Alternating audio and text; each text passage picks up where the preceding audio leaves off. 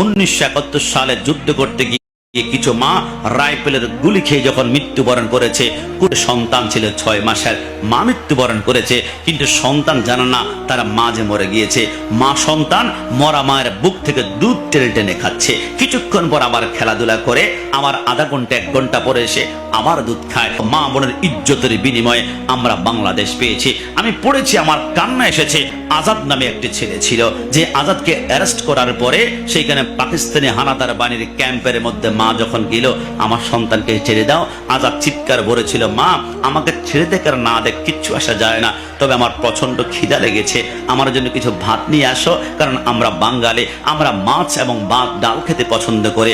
আজাদের মা বলে সন্তানের দিকে না তাকিয়ে আমি দৌড়াতে শুরু করলাম। আমি ঘরে গেলাম, আমি ডাল, আমি মাছ, আমি ভাত রান্না করে টিফিন বক্সে করে আমার সন্তানকে খাওয়ানোর জন্য আমি ক্যাম্পে গেলাম। ক্যাম্পে গিয়ে দেখি আমার সন্তান আজাদের বডি জমিনের মধ্যে পড়ে আছে, তার বুকে 11টা বুলেট মারা আছে, রক্তাক্ত শরীরটা জমিনের মধ্যে পড়ে আছে।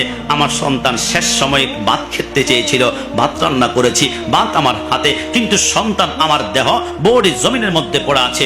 ওই দিন থেকে পরে আর 14টা বছর মা দুনিয়া জমিনে বেঁচে ছিল, কিন্তু আজাদ শেষে ভাত খেতে পারেনি বিদায় 14 বছর পর্যন্ত আজাদের মাও একটা দিন ভাতের দানা মুখের মধ্যে দেয় নাই। যদি বলি সুবহানাল্লাহ। এটা হচ্ছে আমাদের বাংলাদেশের স্বাধীনতার কাহিনী।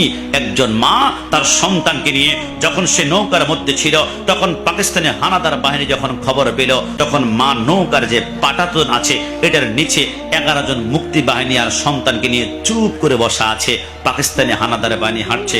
মা চিন্তা করলো, আমার সাথে মুক্তি বাহিনী যারা 11 জন আছে, এরা তো এখন বারেক সেন্সিটিভ, এরা আওয়াজ করবে না, কিন্তু আমার 2 বছরের বাচ্চা তো আর যুদ্ধ বোঝে না, সে যদি ওয়াও করে কান্না করে ওঠে, পাকিস্তানি হানাদার বাহিনী মনে করবে নৌকার নিচে অবশ্যই কোনো মানুষ আছে। আমি দেরি করলাম না, মা বলে আমার সন্তানের মুখের মধ্যে আমি চাপ দিয়ে ধরলাম, যাতে করে মুখ দিয়ে আওয়াজ বের না হয়। আমি আরেকটু পরে চিন্তা করলাম, আমি আস্তে চাপ দিয়েছি, যদি জোরে কান্না করে হাতের চিপার আঙ্গুলের চিপা দিয়ে যদি আওয়াজ বের হয়ে যায়, তাহলে আমাকে মেরে ফেলবে, আমার 11 জন মুক্তি বাহিনীকে মেরে ফেলবে। মা সন্তানের মুখ আরেকটু জোরে চাপ দিল। আবার চিন্তা করলো, আমি মনে হয় আরেকটু লুজ করে দিয়েছি, আরেকটু টাইট করে দিলে সন্তানের কান্নার আওয়াজ বের হবে না।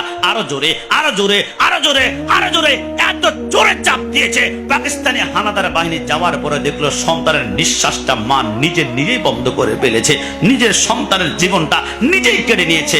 মা এখন কাঁদে না, মা শুধু হাসে। পাকিস্তানি হানাদার বাহিনী চলে যাওয়ার পরে মুক্তি বাহিনী আমার দেশের সৈনিকরা জিজ্ঞেস করলো, তোমার সন্তান মৃত্যুবরণ করেছে, তুমি কাঁদার কথা, তুমি হাসো কেন? বলে, তোমরা মনে করেছো সন্তান চলে গিয়েছে, আর সন্তান একজন গিয়েছে, বাকি 11 জন সন্তান তো আমার পাশে দাঁড়িয়ে আছে, যারা দেশ স্বাধীন করার জন্য নিজের জীবন কোরবান করেছে। তো আমার এক সন্তান গিয়েছে, বাকি 11 সন্তান যেতে এখনো বেঁচে আছে। এই জন্য আমি আনন্দের হাসা হাসছি। এটাই হচ্ছে স্বাধীন সোনার বাংলা। এই দেশে কোনো গুন্ডা, এই দেশে কোনো দুর্নীতিবাজ, এই দেশে কোনো নেশা চলবে না। এই দেশের ভারতে 30 লক্ষ শহীদের রক্ত লেগে আছে। এই দেশে নেশা করতে হলে নেশা করতে হবে একমাত্র আল্লাহ রসুলের প্রেমের নেশা। তাই অনুরোধ করব, দেশকে ভালোবাসুন, দেশের প্রতি সম্মান বোধ বাড়ান। হুব্বুল ওয়াতানি মিনাল ঈমান। দেশপ্রেম হচ্ছে ঈমানের অঙ্গ।